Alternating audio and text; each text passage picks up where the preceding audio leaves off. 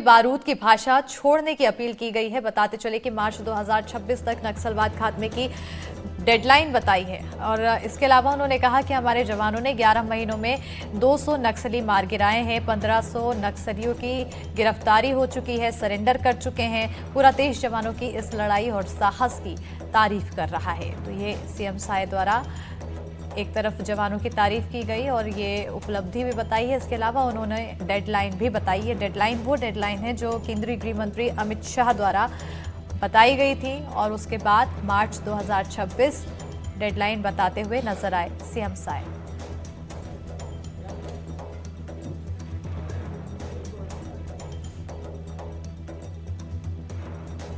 हमारी बड़ी इच्छा थी कि आज 11 महीने में जिस मजबूती के साथ हमारी सरकार और हमारे जवान नक्सलवाद के साथ लड़ रहे हैं और सफलता भी मिल रही है, जिसकी तारीफ पूरे देश में हो रही है। 11 महीने में करीब 200 नक्सली मारे भी गए हैं और करीब 1500 के करीब आत्मसमर्पण और गिरफ्तारी भी हुई है। और हम लोग आह्वान भी कर रहे हैं नक्सलियों से कि सब गोली बारूद की भाषा छोड़कर विकास की मुख्यधारा से जुड़ें, तो उनके साथ सरकार न्याय करेगी। ये सब कर रहे हैं, लेकिन बड़ी मजबूती के साथ नक्सलवाद से लड़ाई लड़ रहे हैं।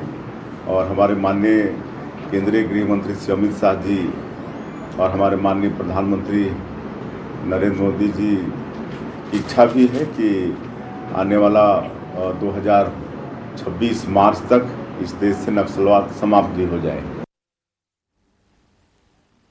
तो यहाँ पर आने वाले मार्च 2026 पर नक्सलवाद को खत्म करने की बात यहाँ पर सीएम साय कहते हुए नजर आए। कहीं ना कहीं ये डेडलाइन पिछले कई समय से आ रही है और जिस तरह से प्रदेश सरकार द्वारा कदम उठाए जा रहे हैं उसके बाद ये देखने को मिल रहा है कि नक्सलवाद को खत्म करने के लिए एक सफलतापूर्वक कदम देखने को मिले हैं।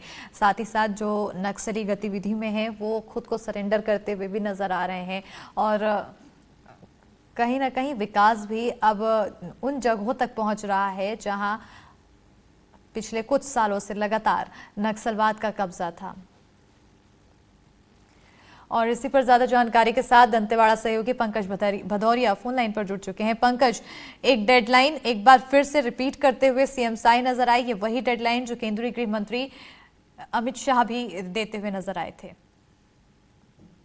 बिल्कुल, बता दूं कि आज सीएम साहब ने फिर उसी डेडलाइन को दोहराया है जो लगातार केंद्र सरकार के गृह मंत्री दोहरा रहे हैं। उन्होंने कहा कि मार्च 2026 तक हमारी सरकार ने इस बात का ऐलान किया है कि नक्सलवाद पूरी तरीके से समाप्त हो जाएगा। वो एक डेटा लेकर के बैठे हुए थे, उन्होंने एक महत्वपूर्ण डेटा शेयर किया।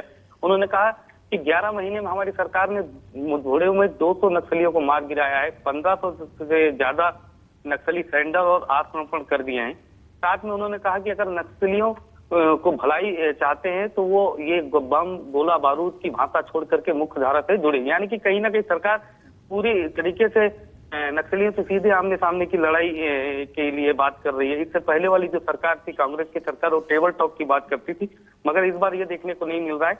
सरकार फ्रंट फुट में आकर के नक्सलियों के कोर इलाके में जाकर के नक्सलवाद की रीढ़ पर वार कर रही है। जी बिल्कुल पंकज, अगर दंतेवाड़ा में नक्सली गतिविधियों को समझा जाए तो किस हद तक काबू में आया है, कितना बदलाव देखने को मिला?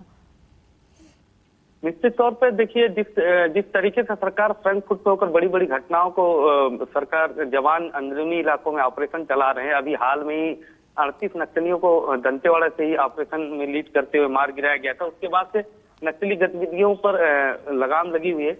नक्सली जिस तरीके से पहले बैनर पोस्टर सड़कों पे लगा दे रहे थे या आगजनी की घटनाएं कर रहे थे या ठेकेदार जिन इलाकों में सड़कों को बना रहे थे उन सड़कों पर वे रोक लगा दे रहे थे, तो अभी ऐसा कुछ भी देखने को नहीं मिल रहा है।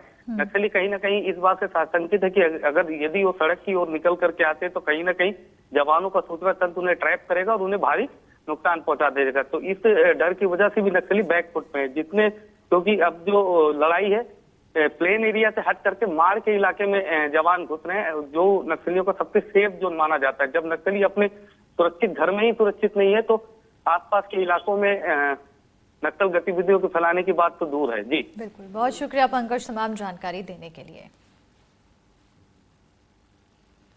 खबरों में आगे बढ़े।